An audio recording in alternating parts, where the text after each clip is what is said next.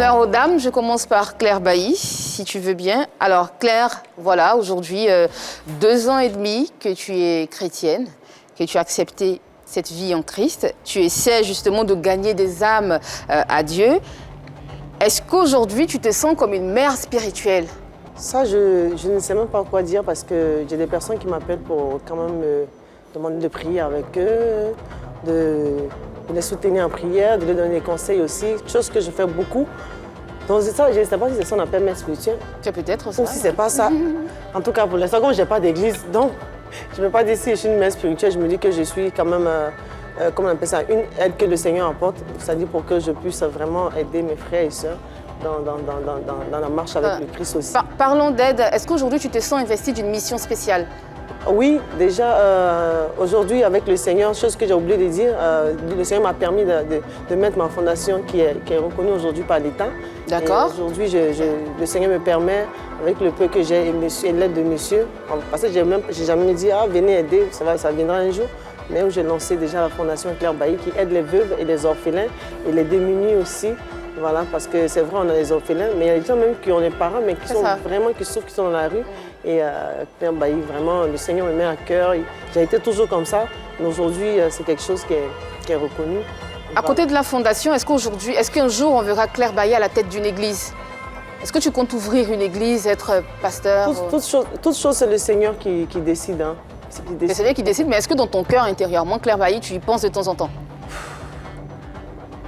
Je veux bien, pourquoi? Parce que quand je dis je veux bien, c'est le Seigneur qui décide. Pourquoi? Parce qu'il y a des parents qui disent non, pourquoi tu ne veux pas dans l'église? Mais là, je dis mais ce n'est pas le moment. Je laisse le Seigneur me convaincre, la manière qui m'a convaincu de venir le servir, de tout abandonner et venir le servir. Donc je vais être prête, c'est-à-dire le Seigneur me donne ce déclic-là pour que je puisse vraiment peut-être ouvrir un coin, je veux dire une église, ou peut-être un homme même qui va gérer, pas forcément moi à la tête. Et puis, cette jeunesse, parce qu'il y a d'autres qui ne veulent même pas aller dans l'église et d'autres personnes. Quand je vais évangéliser, les personnes viennent, mais ils ne veulent même pas aller souvent à l'église parce qu'ils ont une certaine déception. Donc, je me dis que peut-être s'il y a une église plus tard de Claire Bailly, pourquoi pas? Pourquoi pas? Dernière question et on passe à Vétio-Lolas. Rapidement, mais très rapidement, tu disais assainir le monde du coupé-décalé. Est-ce que tu vas rester que dans le coupé-décalé? Non, on ne va pas chercher à, comme je dis, assainir. Bon, pas assainir, c'est un peu un grand mot. Voilà, un oui, grand mot, c'est de prêcher l'évangile pour dire que vis ta vie normalement. Et ça concerne tout le monde. D'accord. Ça concerne toute cette jeunesse-là. Okay. Voilà, parce que qui dit coupé décalé, dit les maquis, les bois de nuit, tout le monde, c'est le showbiz au fait. D'accord. Voilà. Merci beaucoup, Claire Bailly. Alors, Vétio, tu es connu dans le milieu comme un grand chanteur, titulaire d'un talent hors pair. On en parlait il y a quelques instants, mais ta carrière n'est pas à la dimension de ton talent. Et ça, on en parle, on le dit très souvent. Aujourd'hui, tu changes de vie, ce qui est très bien. De la vie de ce monde, tu passes à la vie d'enfant de Dieu. Vétio-Lolas, est-ce parce que tu as échoué ou connu un cuisant échec dans ce milieu que tu te réfugies aujourd'hui dans la vie chrétienne? Oui, parce que j'ai échoué. Et je pense qu'avec mon papa, je ne vais pas échouer. Il n'y a pas d'échec là-bas. Donc cet échec était le fait de quoi alors ou de qui? Voilà. Mais il n'y a pas d'échec, au fait. Tu as dit oui que tu as échoué, donc tu vas dans le milieu de Moi, je réponds à ta question. Finalement, tu dis qu'il n'y a pas d'échec. C'est une question.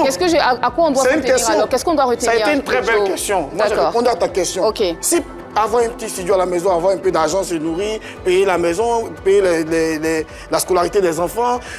On parle de la dimension de ton talent, en fait, Vétio-Lolas. Et on le dit tout le temps, on le dira jamais assez. Est-ce que justement le fait de ne pas pouvoir vivre de ce grand talent que tu as est un échec pour qu'aujourd'hui tu te réfugies dans la maison de Dieu? C'est pas un échec.